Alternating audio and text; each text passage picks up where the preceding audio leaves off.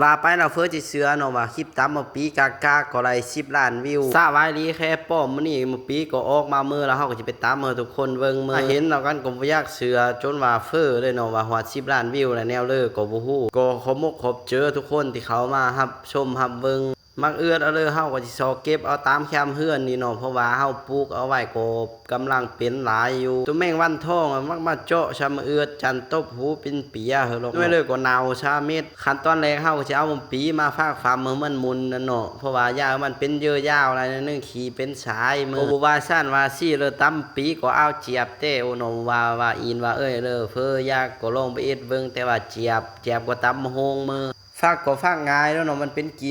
มมาเฮาฟักมันก็แตกชั่วออกมาทนี่ความมาง่ายเพื่ออะไรเป็ดเหล้าหัวอะไรยามตำปีหลังจากที่ว่าฟักแล้วเฮาก็สิมาตำเครื่องปรุงเนาะเครื่องปรุงก็บ่ยุ่งบ่ยากก็เลยมีมะเอือดมีแป้งนัวแล้วก็น้ำตาลเนาะเพื่อมักหวานก็เลยเซอเอาหน่อยนึงก็จังเจียแต่ว่ากันก็บ่เซอปานเลยเซอประมาณครึ่งโลนี่ก็ถ้วยยานเป็นเบาหวานกับฟักเทียมเซอก็เลยจากนั้นก็เลยตำคลิปนี้ก็ลงทุนเติมเนาะเนื่องจากว่าเฮาไปซื้อมะขามมาเป็นจำนวนเงิน 5,000 กีบแล้วก็ปลาเล็กเติม 10,000 ก็เป็น 15,000 คันว่ามีคนกดไลค์สัก20คนก็โอเคแล้วเนาะคลิปนี้ก็บ่ได้คาดหวังอะไรหลายแต่ว่า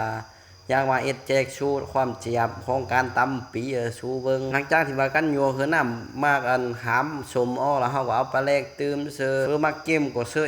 คล้ายกันมักเกมไปเลยก็เซอครึ่งตุกก็พอแล้วหลังจากนั้นแกงไปแกงมาเราก็เอาอันหมูปีที่เฮาฟักเอาไว้นะมามึกเซอเนาะมามึกเซอแล้วก็ตำโคเล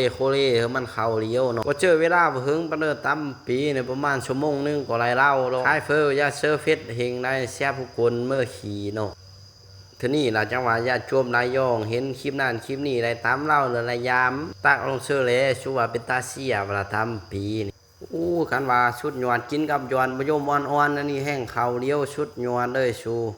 หัวยานคีสลูยุกินเห็นไอเดียวฮักแฟร์เธอเม็ดชิดถวยนี่เนาะมันมากินตำปีนำเดียวเพื่อยากกันร้องคีสลูก็ไปเอ็ดร้องเรื่องกันทับห้องว่าเจียบคันชูไปตำเราเจียบมันเป็นน้ำชูตำเนาะเรื่องมาฮอดนี้ก็อย่าลืมฝากกดไลค์กดติดตามกัน